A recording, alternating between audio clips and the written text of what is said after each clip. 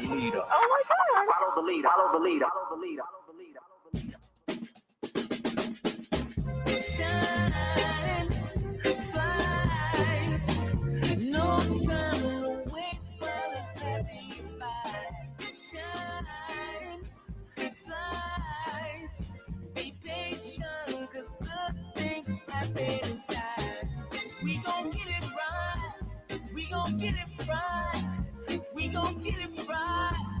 We gon' get it right. Protests and anthems, yes, we chanting a movement of people. It's like we dancing to the ministry of. It's the energy of, in memory of them that we love. The trinity of the people, the peace, the power, the truth. We speak the powers even louder. We can say it blacker, we can say it prouder. A woman vice president that went to Howard. Now we talk helping black businesses, and our differences is magnificent. Bringing light to the point where the prisons is. I was told good life is where forgiveness lives. The ascension is to leave what's left behind and feed the seeds with deeds that bless the mind, caress the mind, and question justify. With you and God in time, our best align. Shine, flies, no time to waste while it's passing you by. Shine, flies, be patient, 'cause good things happen in time. We gon' get it right, we gon' get it right, we gon' get it right. We gon' get it right. How can I be a better father, son, a better grandson, honoring Fannie Lou's and the Fred Hamptons, the Harriets, the chariots that carry us to various areas that marry us to progress. Yeah, we the harvest, the lovely days and midnight marauders, even through charges and days of darkness. No, we in the hands of the greatest artists. I see it in the waters, I see it in our daughters. They could be bridges that know no borders. For so long, them folks try to ignore us. When we at the ballot boxes to vote for us. Peace to Stacey and the people of Georgia, who galvanize so that we can move forward. Steps are ordered with the presence of mind. Everything's more beautiful in time. Shine, flies, no time to waste while it's passing you by. Shine, flies, be patient, 'cause good things happen in time. We gon' get it right, we gon' get it right, we gon' get it right, we gon' get it right.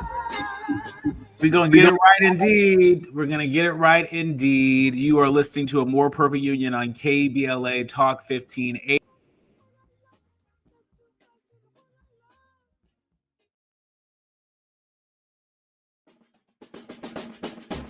Shine, flies, no time to waste while it's passing you by.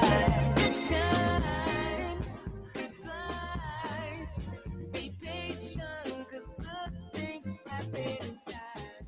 We gon' get it right.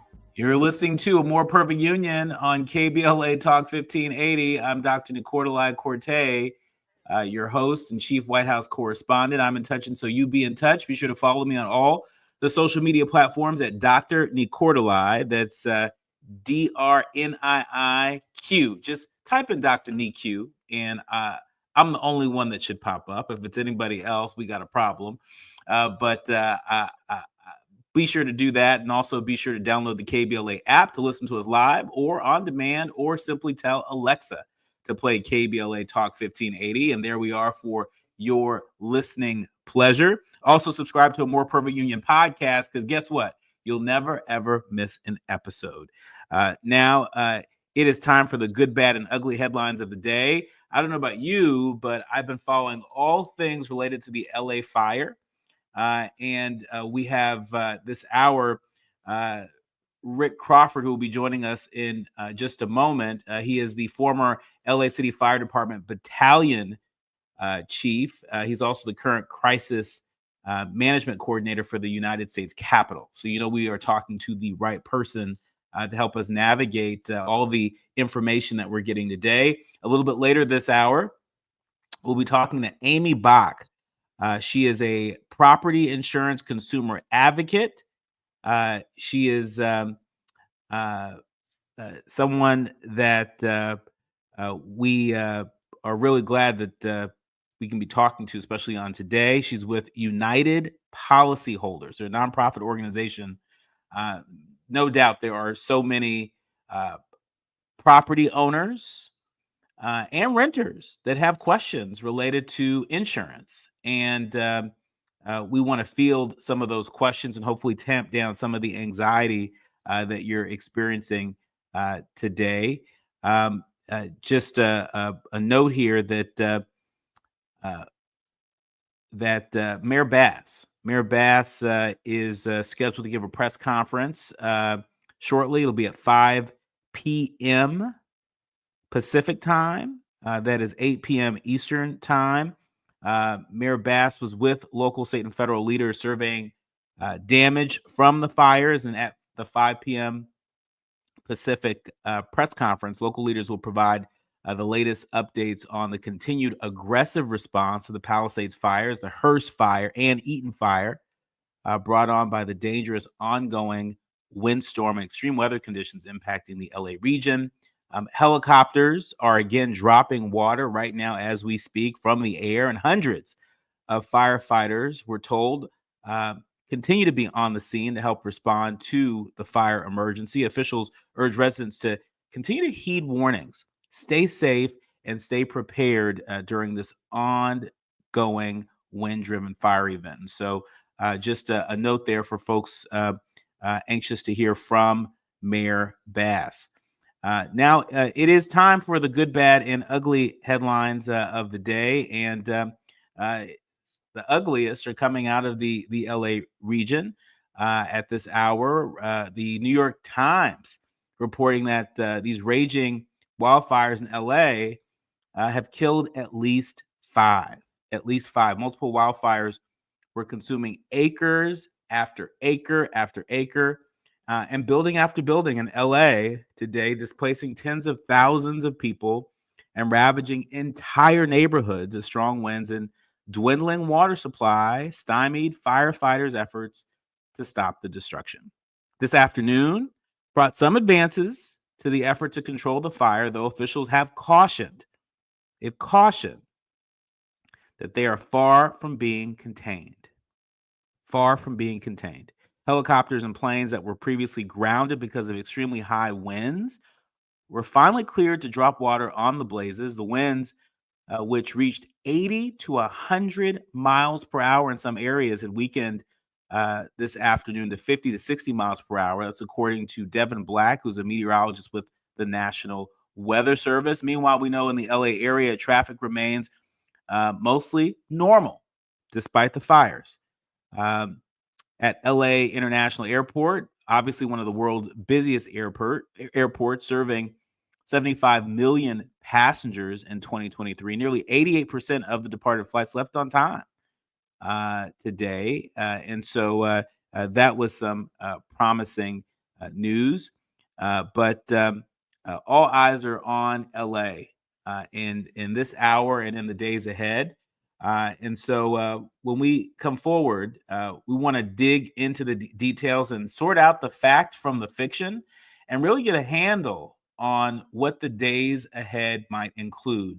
When we come forward, my conversation with Rick Crawford, the former LA City Fire Department Battalion Chief. You are listening to and streaming A More Perfect Union on KBLA Talk 1580. You're listening to A More Perfect Union on KBLA Talk 1580. We've got a lot to talk about. My mom has decided to learn to paint, and she's good. My dad's now into creative cuisine, and I've already put on 6 pounds. Learning new things comes with age. My mom, she started forgetting my name and what we're talking about. Forgetting well-known things doesn't. Memory loss may be a sign of Alzheimer's disease. Early detection gives you and your loved one time to plan for the future. Learn the warning signs of Alzheimer's at 10signs.org. Brought to you by the Alzheimer's Association and the Ad Council. What's that sound? That's the sound of Downy Unstoppable scent beads going into your washing machine and giving your clothes freshness that lasts all day long. There it is again. It's like music to your ears, or more like music to your nose. That freshness is irresistible. Let's get a Downy Unstoppables bottle shake. And now a sniff solo. Nice. With Downy Unstoppables, you just toss, wash, wow, for all-day freshness. Wow, it's you, the Capital One Bank guy. That's what they call me. Mind if I get a selfie? Yeah, sure thing. Say no fees or minimums on your Capital One checking account. Wow, that's a keeper. So, where are you heading? I'm off to spread the good news that Capital One helps people keep more money in their wallet with no overdraft fees. Oh, you're the best Capital One Bank guy. Hey, mind if I get a selfie? Sure. Say, Capital One, what's in your wallet? Terms apply. See CapitalOne.com/bank for details. Capital One and a member FDIC. KBLA Talk 1580. We've got a lot to talk about. KBLA Talk 1580, connecting you with services and solutions. The Autopsy Initiative provides a second autopsy free of charge for victims' families who have lost their loved ones due to a police-related death. The services offered through the initiative include the completion of a second autopsy, disclosure of preliminary findings, and a final autopsy report. A police-related death is when an individual is harmed by police officers using deadly force, which results in an individual's death. Police-related death includes in-custody deaths, including those that arise during contact with law enforcement officers during arrest, pursuit, booking, transport, or incarceration. The Autopsy Initiative has a team of board-certified pathologists on call. An autopsy request may be completed by anyone with a close relationship with the victim, which may include the victim's spouse, partner, relative, close friend, or lawyer. To request a free second autopsy for a victim of police violence, please visit knowyourrightscamp.com. That's knowyourrightscamp.com. Then click on Autopsy, then click on Request. At KBLA, we believe in justice for victims of police violence. We say their names, and we don't black down. This is a community call to action from KBLA Talk 1580. Hit me! National news, the consequence. Informed opinion. And analysis beyond the headlines. You're listening to A More Perfect Union on KBLA Talk 1580. You're listening to A More Perfect Union on KBLA Talk 1580. I'm Dr. Nii-Quartelai Quartey, and we are spending the hour talking about all things LA fire. I'm delighted to welcome Rick Crawford. He is the former Los Angeles City Fire Department Battalion Chief. He's also the current Crisis Management Coordinator for the U.S. Capitol. We could not have a better guest to lead us off to help us sort out the fact from the fiction. Welcome to the show, Mr. Crawford. Thank you, Doctor, for having me on. I appreciate it. And so, first things first, there are a number of people, myself included, that feel like this thing got out of control real quickly. That it went from, being a, wildfire, which for people that are familiar with the LA region in particular, wildfires happen with some regular frequency. But tell us what made this situation go from bad to worse in what felt like 60 seconds. Well, that's actually pretty accurate description. This thing happened in a flash. And so let's back up and kind of start with the weather report. So we had a windstorm that was very unique to the region. We're used to having Santa Ana windstorms, but we had one that was condensed within pretty much initially a 24-hour period. But the estimates is what's really daunting here. Between 80 to 100 mile an hour winds is just something we just don't see in Southern California. And so there's been a few times in my career I've seen things like that, but typically those are Northern California style of winds. Down in Southern California, this was a little bit different. And so the preparation needs to be able to match the uniqueness of the event. And so starting with the weather, having that unique situation, and then you're looking at knowing that this was going to happen several days out, just an aggressive campaign for messaging to people to understand the magnitude of this dangerous situation that was happening. So a little bit like, weak on the messaging front. And then on the resource piece is when the dispatch goes out at 10:30 yesterday morning. They had pre-positioned resources around the region. When this part of town where the fire is, a bunch of things came together at the same time. The Palisades area is in a very unique portion, that northwest portion of Los Angeles, and is what we call resource light. You have only 2 fire stations in the area that has, 3 fire engines and a ladder truck combined. And so when you get resources further over there, fire engines and trucks, it takes a little bit longer time at Twisty Road down Sunset Boulevard as you go towards PCH. So it's a little slower drive. The fire had a chance to get a head start right there.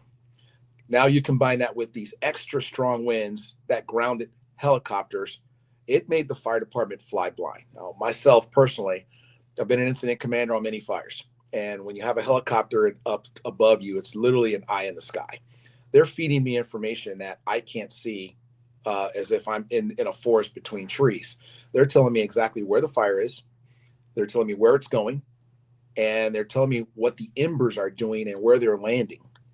They're also giving me, what's in its pathway.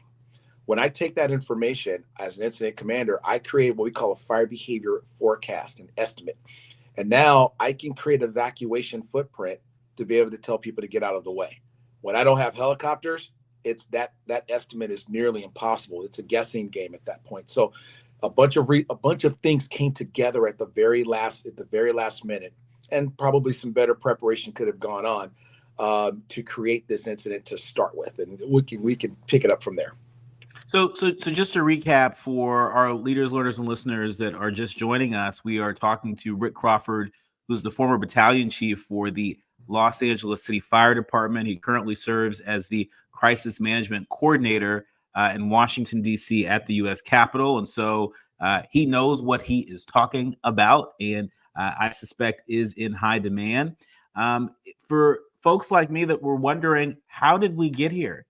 And how did things get so bad so quickly? I really appreciate, Rick, your summary here, really talking about how the Palisades area of Los Angeles is already resource light. Only a couple, engines and fire department personnel in that particular area to start. You talked about some of the windy roads. Anybody who's ever driven down Pacific Coast Highway, as I have, what feels like a million times, you know that it's a very windy road. And when you're a big fire truck, it's not as easy to get to where you need to go really quickly. You also mentioned the high winds and how important the helicopters are in terms of being the eyes for firefighters on the ground that can't see everything through all the smoke and soot. And you put all those things together, and you can see why at this hour, as I understand it, the fire is 0% contained. Yeah, it's actually not surprising when I look at a fire that's, with this fire in particularly, what it's doing. With this fire that's burning, and let's just kind of go back to the weather aspect. And so for anyone that lives in Southern California, we've experienced Santa Ana winds, hot, dry winds, right? It dries out our skin and your sinuses and makes your eyes burn. You can kind of see you can kind of almost feel the dryness happening. Well, with this particular wind event, Santa Anas are not always hot. There sometimes can be a cold Santa Ana. It's the dryness that makes it happen. And so, looking at this weather event, and then you take the aspect of the helicopters, when you combine lack of helicopters, should I say, when you combine the, excuse me 1 second there, when you. Yeah. Yes. Pardon that. So when you combine the aspect of the helicopters loss with that wind event, and then you combine the uniqueness, now you're set up for something that's just really different. One of the things that hasn't been taken into account is the rain that would happen last year in the springtime, the atmospheric rivers, when everybody was swimming across Los Angeles. It created this undergrowth of brush that you probably saw. The hills looked really green as you were driving through town, and you looked at everything looked really pretty. Well, when that turned brown, that created like this a kindling for a campfire, and now you have this flashy, quick burning grass. And when you combine that, this thing had an explosive growth that is rarely seen in Southern California. And I would say, that's a motorcade going by here in DC. So you know what that's like. And so you combine that together. This is only one time I've ever seen this in my career in 33 years of my service. Yeah, I mean, I spent a lot of time in Los Angeles. I live there part time, and went to college there, worked there for 15 years, and I've never seen anything like this before. For folks that are listening from across the country that are wondering, well, why is this one so different? It's not one big fire. It's at least 4 different fires stretched out over a wide region, right? And so it's putting a lot of pressure on the LA City Fire Department. There are right now is the time for us to save lives and save property. That's what I saw. That's what I heard during today's press conference with some of the LA City leaders. But there are a number of people that are also talking about the budget to the LA Fire Department and how apparently that LA Fire budget was cut by nearly $20 million. Now, some of those cuts may have been offset from funds from sort of local ballot measure, as I understand it. But talk to us about the resources. How under-resourced is the LA City Fire Department, and how long have they been under-resourced? So the LA City Fire Department is the second largest fire department in the nation. The dispatch center is the third busiest dispatch center in the world, behind London and Sydney, Australia. London, England, and Sydney, Australia. So it's number busiest dispatch center in the country. They process over 2,500 calls every single 24-hour period. So it's a very busy dispatch center. That means when I first came on the fire department in 1990, I'm dating myself here. When I first came on the fire department in 1990, we were doing under 1,000 calls per day. So you're looking at now a shift of 300 to 400% change is what's happened in the time of my career. We've had very little minimum resource growth in that same time frame. We still have literally the same amount of ladder trucks, the same amount of engines. And so there was a recent study done that says that with national standards that the LA City Fire Department should have 62 more fire stations. They have always done more with less. It's kind of been the mantra. And so we've always gotten the job done. And so there's kind of been of a mask that's kind of it's the fragility of the fire department has been masked by the good job that the men and women of the LAFD do that are in the street on a daily basis. And this has been through several different administrations that's gone through Los Angeles. And so one of the things is that when you do such a great job, you kind of don't see the cracks, that's going on underneath in the foundation. Well, this is kind of one of those things that exposed, that we've done more with less. And when a fire of this magnitude happens, you have to be very unique in your staffing. And when you decide to keep people from going home the next day, their day before, and it just kind of give you an example. I'm not criticizing, but just I've been in the leadership role and positions. You have to make some tough decisions. And one of the things is that when you have a wind event like this coming, you have the ability to tell the firefighters who are working today, you're not going home tomorrow. You're going to stay on duty, and I'm going to double the platoon staffing level and double my fire department's on-duty staff. Well, these types of things are the things that get missed sometimes, and that set yourself up for an incident like this where you're resource thin. And, and these are the types of lessons learned that need to be brought out. So when the decisions that need to be made, they can be made and not have to worry about sometimes political implications.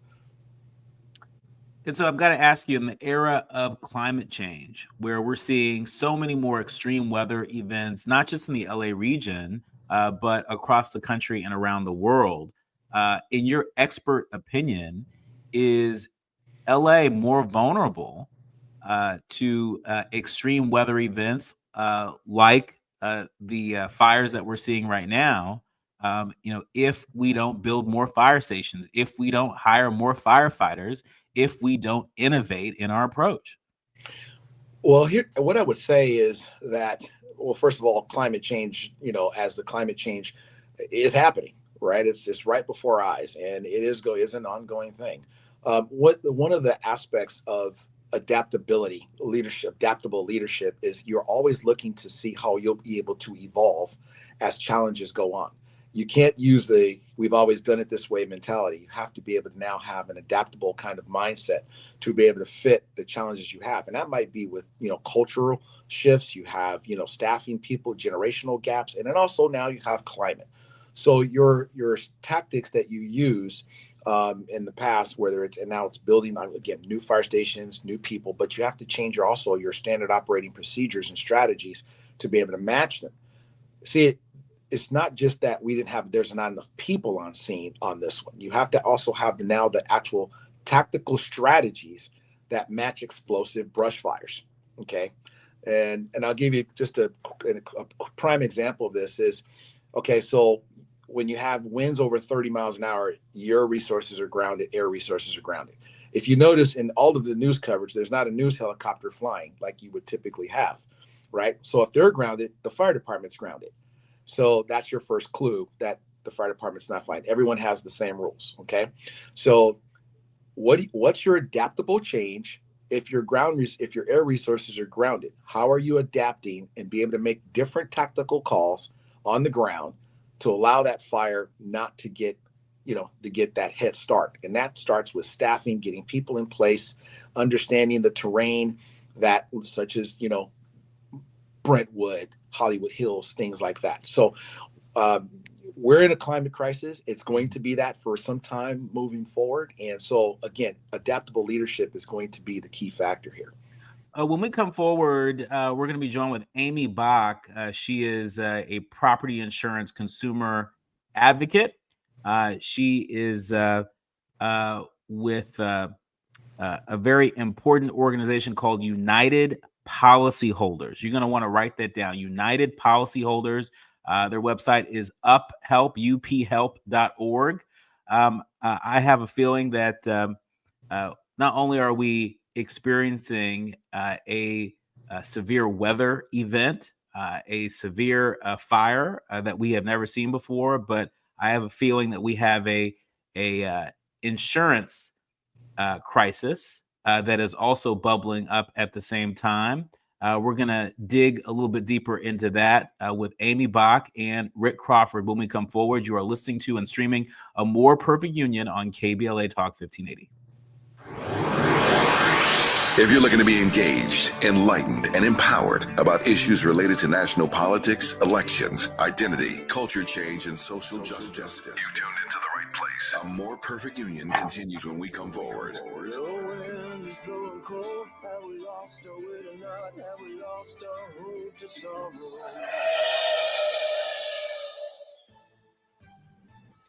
I'm Amber Payton with 4 things you should know from BIN News. President Biden has announced more resources for California to combat raging wildfires. The fires have caused 2 deaths, injuries, and damaged over 1,000 structures.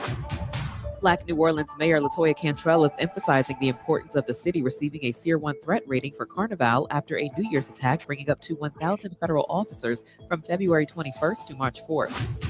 Brookhaven, Mississippi leaders have fired a police officer tied to a dismissed attempted murder case. A judge recently threw out charges against Gregory and Brandon Case, accused of shooting at a black FedEx driver in 2022 after a mistrial received. And Minneapolis Police Department welcomed its largest, most diverse class of cadets and officers in years, with 24 cadets and 8 community service officers sworn in. Over 500 officers have left since George Floyd's 2020 murder, which led to a new federal consent decree this week.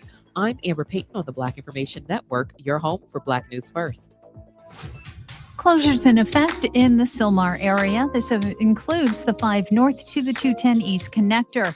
Also, the drive on that 5 northbound is slow moving, leaving the 118, and the drive on the 405 northbound loads up from the 118 to the 5 merge. Let's head out to Simi Valley. There's some lane restrictions in place due to a brush fire burning adjacent to the freeway. This is near Madera. That's where the right lane is off limits on the westbound side, according to the Highway Patrol. But the delays that I'm seeing are on the eastbound side, leaving Collins Drive, heading back to Madera. Beyond Madera, the drive opens up. It looks pretty good all the way to the 405. And ahead, you're on the brakes to the 5 Freeway. Your local Staples has hot deals and super low prices throughout the store and everything for your business. And right now at Staples, save up to $175 off your print order. Exclusions apply. Visit staples.com/print for details. Ends 2/1. Plus, save even more with the Easy Rewards program at Staples. This is the KBLA Sports Minute with Ray Richardson.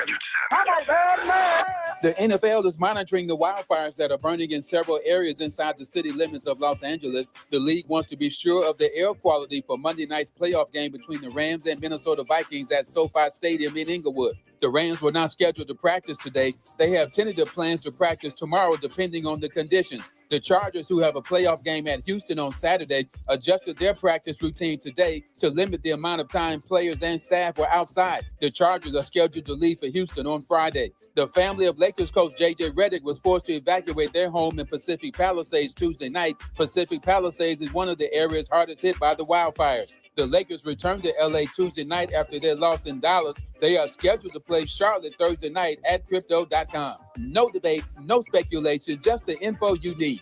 That's your KBLA Sports Minute. I'm Ray Richardson. More news, opinions, and conversation when we come forward on KBLA Talk 1580. Follow the leader. KBLA Talk 1580. Follow the leader. If you're not following KBLA Talk 1580 on all of our socials, then you're missing out. Download our app and find us on Facebook, Twitter, Instagram, YouTube, and on the web at KBLA 1580. That's right. Again, you can find all of our socials at KBLA 1580. We've got a lot to talk about. By the way, if you miss any of our weekday shows in real time, you can always catch up by checking out the podcast of your favorite shows at your leisure. At KBLA Talk 1580, we've got your black. Got your black. Follow the leader. Oh my God. Follow the leader. Follow the leader. Follow the leader. Follow the leader. Follow the leader. KBLA Talk 1580. We've got a lot to talk about. KBLA Talk 1580 is committed to self-care and community well-being. Walk Good LA was formed in June 2020, inspired by the Black Lives Matter movement and the beginning stages of the COVID-19 pandemic. What began as a few minutes of breath work and yoga meditation before protests against police brutality turned into a safe space for the community to heal in hard times. The immensely positive response from the community transformed the momentum into a movement. Today, Walk Good LA is a Black and Brown-led community wellness organization based in Los Angeles. They provide spaces for healing through community yoga classes, guided meditations, hikes, run clubs, and other activations throughout Los Angeles that attract hundreds of members weekly. With the help of Propel and Michael B. Jordan, they now have a yoga and wellness studio in Los Angeles called the Walk Good Yard. To join their mailing list and connect with healing spaces, please visit walkgoodla.org. That's walkgoodla.org. Or find them on Instagram at walkgoodla. This is a community call to action, a community call to healing from KBLA Talk 1580. Hey there, Los Angeles. This is James Lucky Jr., publisher and editor of Los Angeles News Observer. Are you hungry for news that matters to you in the African-American communities of Los Angeles? Well, buckle up, because we got the scoop you've been craving. Stay in the know and never miss a beat with our free weekly publications conveniently available near you. Or hop on the digital wave and become an exclusive subscriber at OGNSC.com. Don't forget to join the party on Instagram and Twitter at OGNSCINC for behind-the-scenes access and sizzling updates. No more FOMO. Let's stay informed, connected, and empowered together. Now back to building a more perfect union on KBLA Talk 1580. You're listening to a More Perfect Union on KBLA Talk 1580. I'm Dr. Nii-Quartelai Quartey, and really delighted to welcome the founder of United Policyholders, Amy Bach. Welcome to the show. Thank you. Thanks for having me on. Well, thank you for being here. I've been having a very informative conversation with Rick Crawford, the former battalion chief for the LA City Fire Department. And one of the things that's been on my mind, I'm sure it's on the mind of a number of our leaders, learners, and listeners, is navigating the filing of claims with insurance companies, for example. Can you orient our national audience to just sort of the insurance landscape in California, in the LA region? There's been some back and forth in terms of pushing insurance companies like State Farm, like Allstate, for example, not picking on them, to cover homes that are at high risk for fire danger. And for a number of people, they were shocked to learn that they weren't covered, right? And so orient us to what's happening on the insurance front. Okay. Well, we in California have been in the grip of an insurance crisis. Depending on where you live in the state, you may have lost your insurance and then had to scramble to replace it. We're talking about home insurance. And if you are like a lot of folks in the areas that are being affected by the fires yesterday, today, and hopefully soon will be contained, you may have found that your only option was this thing called the FAIR Plan. So we have seen some dramatic changes in the availability and affordability of home insurance for people. A lot of it is being driven by a combination of climate change, technology, and inflation. Insurance companies have really shrunk their appetite for thinking that they're going to make profit on insuring homes in areas that are prone to wildfires. So my organization has been helping consumers with strategies. How do you shop when your options are limited and expensive? What can you do to protect your home and your assets? What can you do to make it less likely that your home would be affected by a wildfire? So all this work is going on, and then slam, we get this tragedy, which feels like it's going to set us back quite a ways. And I see the former battalion chief nodding his head. And set us back a whole lot. And to what degree is what's happening in California on the insurance front? To what degree are we the canary in the coal mine? There are severe weather events that are happening across the country every day. Is this, a closer look at what other folks in the country can look forward to?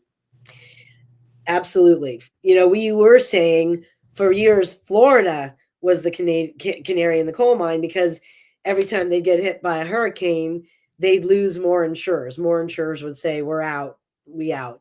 And there had to be these government solutions and legislation and all this sort of monkeying to try to fix the fact that the private insurers, the brand names that everybody knows, had a lot of them started walking away. So that was Florida. We started getting hit by that about 5-6 years ago.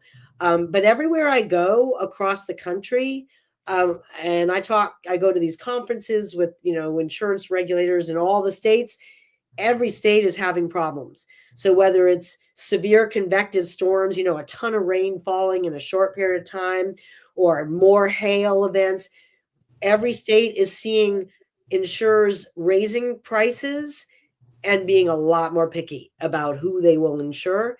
And that's causing government to have to step up and get creative and bring solutions. And speaking of getting creative and with solutions and such, the Associated Press reporting just right before the new year that insurance companies that stopped providing home coverage to hundreds of thousands of Californians in recent years, as these wildfires became more destructive, they will have to again provide policies in fire-prone areas if they want to keep doing business in California under the state regulation announced. This is a rule that would require home insurers to offer coverage in high-risk areas. How real is this? That's a great question. As a solution, because politically, and I'm not casting dispersions on anybody's efforts, anybody in office, trying to make the situation right. But, politically, it looks like the right thing to do. But is this a real solution? Well, it's an attempt, right? You got a situation here, right? We treat utilities, the companies that keep the lights on and the heat on and the water flowing, they're regulated as utilities, right? There's sort of a recognition that like everybody needs heat, everybody needs light, everybody needs water. Insurance has been different. It's been provided by a for-profit industry. So, up until we started getting this toxic stew of climate change and technology and inflation changing the dynamic, insurers were competing, and we didn't need to treat them like utilities and force them to insure customers they didn't want. We didn't have any of those rules in place, right? Like, the post office has to serve everybody, even if they live on a tiny road in the middle of nowhere and it takes the truck forever to get to them. The truck still has to serve them, right? We don't have those rules for insurers. So what we're trying to do is, in solving this problem where suddenly we've never had a situation before where private insurance companies sort of went on strike and said, we're not going to insure these people. And so while we're trying to form a solution, we have this tightrope, because the more that you regulate, the more they may say we're out, right? And that's until we really have a plan B, so that if they say we're out, we'll be like, fine, don't let the door hit you. We're kind of a little bit at their mercy is the truth of the matter, right? Because we don't have, like the California Fair Plan, it's made up of private insurance companies. It's not a government plan. It's a government mandated plan. It's an involuntary association. We force insurance companies to participate, but if they want to leave the state, they can leave the state. And unfortunately, we don't have rules that say you must insure people in certain areas, right? We have rules that say you have to be fair. You can't discriminate. So what the what the commissioner's 85% plan is, it's aspirational. I'm going to be honest. We're not asking them to like get to that 85% figure of writing in these distressed areas. That would be a lot of the areas that are burnt, that just are burning right now. They don't have to get there like tomorrow. There's some time for them to build up to get there. But the commissioner has set a very clear expectation on insurance companies doing business in this state. If you want to stay and you want to keep making money here, you've got to sell more policies in these distressed areas that you have been leaving. Yeah, and there's a standing invitation to California Insurance Commissioner Rick Crawford to join us here on air to walk through his 85% rule on any future show. But in our remaining minutes, Rick, I want to give you an opportunity to share with us what we should keep our eye on in the coming days. I'm not going to say weeks, just the coming days, because, really minute by minute, hour by hour, these wildfires are moving and the circumstances on the ground are changing. And so what should we keep our eye on as we look to begin to contain any of these fires? Well, and I will tie something in with important what Amy said at the end of this, but is the next few days are going to be super vital. And so it's important that the leadership and everyone else, first of all, and the residents maintain that you stay focused. Number one, we're still in this event. This is not over with. Just because the winds diminish a little bit or you see a little bit less smoke, this event is not over. And so this is going to be going on for some period of time. I'm going to need everyone to be patient in the next few days. The firefighters will start to gain some control at some point here, because when the winds die down, they'll start to have their advantages. And so you'll start to see smoke dissipate and some things like that. But on the ground, you're still going to have a very dangerous situation with infrastructure that's damaged, power poles, trees. Those things have to be cleared. So people are going to want to start to go back and see if their homes are still standing. That's one of the things that we get. So we get kind of that pressure to let people back in. And we can't do that because we don't want to come in, and I say we, because I'm still there, but we don't want to have people come in and have to be rescued or taken to the hospital because they were injured. Another part of the process is FEMA will start to arrive. And so one of the things I want to talk about with FEMA is that what government can do better is to streamline that process, because they're basically playing like a bridge in a sense to the insurance industry. So they need to be able to streamline that process, because a lot of the public's under the impression it's a super easy process. They're going to walk out with a check in their hand, like right on scene, right there at the incident. That's not how it really works. And so people need to understand that they're going to have some sustainability at some point, as best as possible, until that FEMA aspect, kind of kicks in. The government needs to do a much better job in making sure that process is really easy, streamlined for people that are living in stressful conditions. And so, and one of the things, just because we are in a changing environment, whether it's here or Florida, one of the things is one may not be able to prevent every single, an incident like what we have here, but good crisis management planning, I call it 3 R's of crisis management, will help minimize the damage. First one, relationships. You need to make sure you have those relationships in place with the public safety agency, with your partners. It needs to be robust and talk all the time. 2, early recognition of the problem. The sooner you recognize that there's a potential for a catastrophic incident, you can start having conversations and make those decisions and be able to get people in place. Thirdly, response. Your response plan has to be aggressive. It has to be maintained and focused so you can make sure that you finish the job completely and keep everyone safe as much as possible. And that relationship will make that a much faster process. We're going to keep our eye on that. I know we're going to lose Rick, but Rick will definitely be back with us in the coming days as we sort things out here. Rick, in about 20 seconds before I let you go, some concerns about access to water. Is this, how real of a problem is this for LA firefighters? Is it possible that they may not have enough water to fight these fires? Well, I'll quickly sum this up. The Los Angeles area has a series of reservoirs, and those reservoirs have been drained. Pretty much is where the water typically comes from. So now a new strategy is going to have to take place where they're using a series of what we call water tenders. These are large 9,000-gallon trucks that are going to be reloading, and an army of those will be coming in at the federal level with the federal response. The fire trucks will be able to fill up, at 500 gallons. 18 fire trucks can fill up on one of these water tenders, and they'll be able to go do their job. It's going to be a little bit more time consuming to get the job done, but it will be effective at some point. This is a job they do when we have fires in very remote areas. So we're bringing that to Los Angeles. Our thanks to Rick Crawford, former battalion chief for the LA City Fire Department, also the current crisis management coordinator for U.S. Capitol. If I'm in a crisis, I'm calling you, Rick. Anytime. I'm calling you, Rick. Anytime. When we come forward, more with Amy Bach, the founder of United Policyholders. You are listening to and streaming A More Perfect Union on KBLA Talk 1580. Striving to make America a nation as good as its promise. This is A More Perfect Union on KBLA Talk 1580. We've got a lot to talk about. The holidays can be a time of increased stress for those struggling with opioid or stimulant addiction.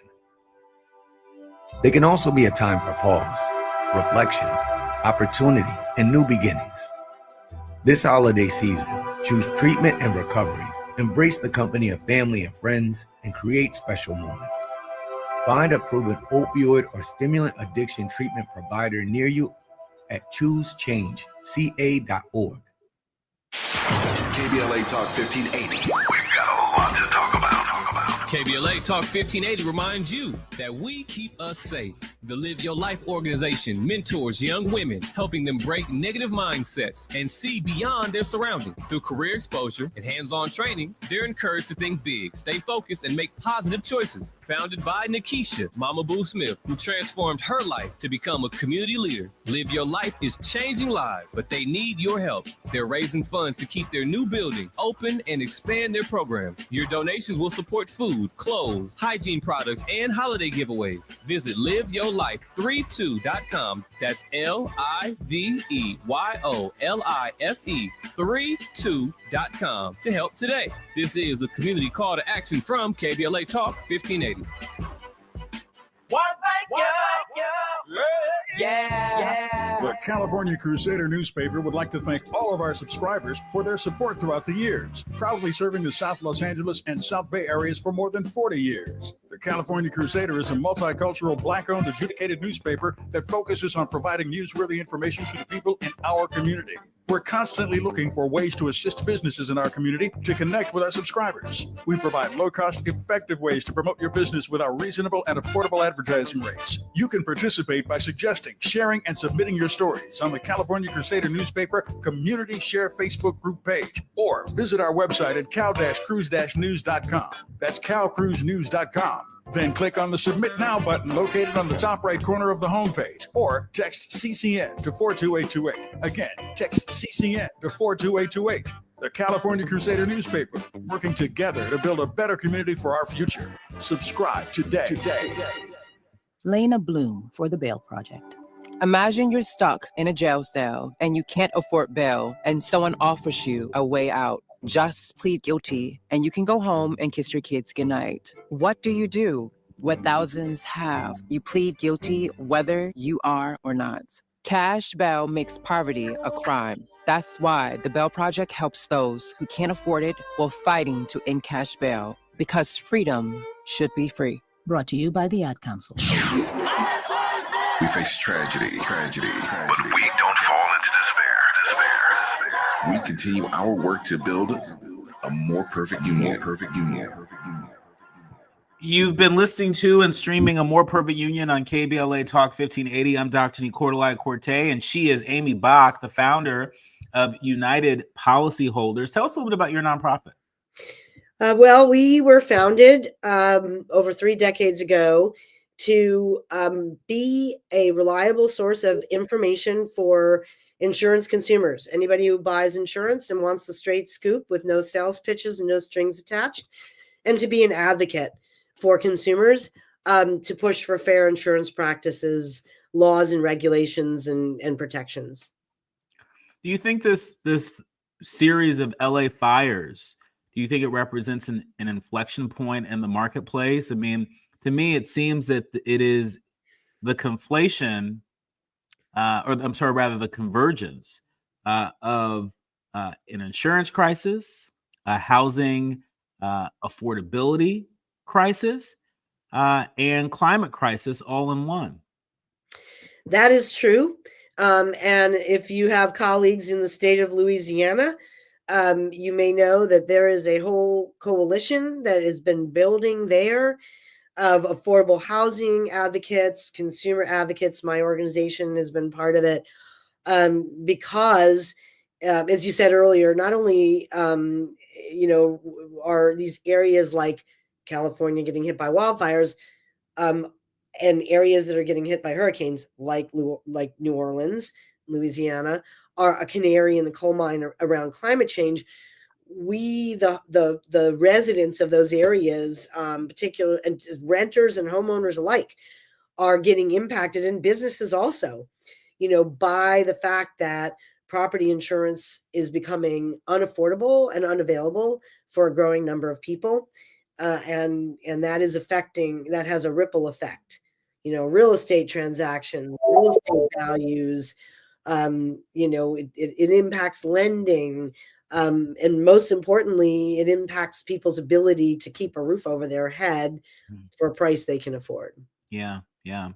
So, Amy, what is your advice? I know we are very early in this crisis, as was mentioned when Rick Crawford, the former LA City Fire Department Battalion Chief, when he joined us, that we haven't yet gained control on these fires. They are nowhere close to being contained. And so really, this is a crisis that we've got to monitor, sort of hour by hour, day by day. We can't even look any further than that.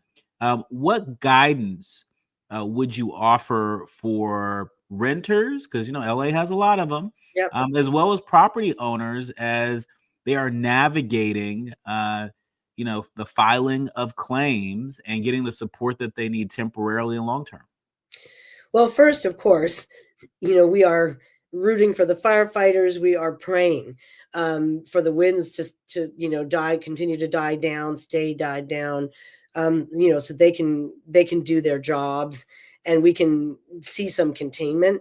Because when we see 0% containment, that strikes fear in our hearts, right? That means we could be looking at a lot more homes down.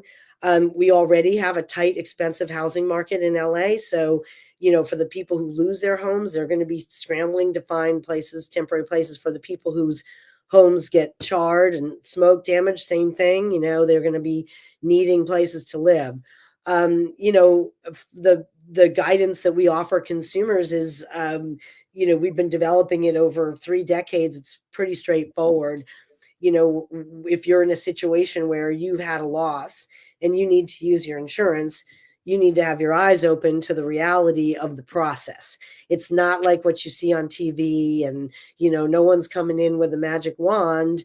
You've got an insurance policy, which is a legal contract written by the insurance company lawyers. But you have a lot of laws that protect you. So United Policyholders has what's called our Roadmap to Recovery program. You can go on our website free of charge, uphelp.org. We already have a library set up for people impacted by the fires that are still going in Southern California right now. We have first steps. We tell people focus on finding a comfortable place to stay.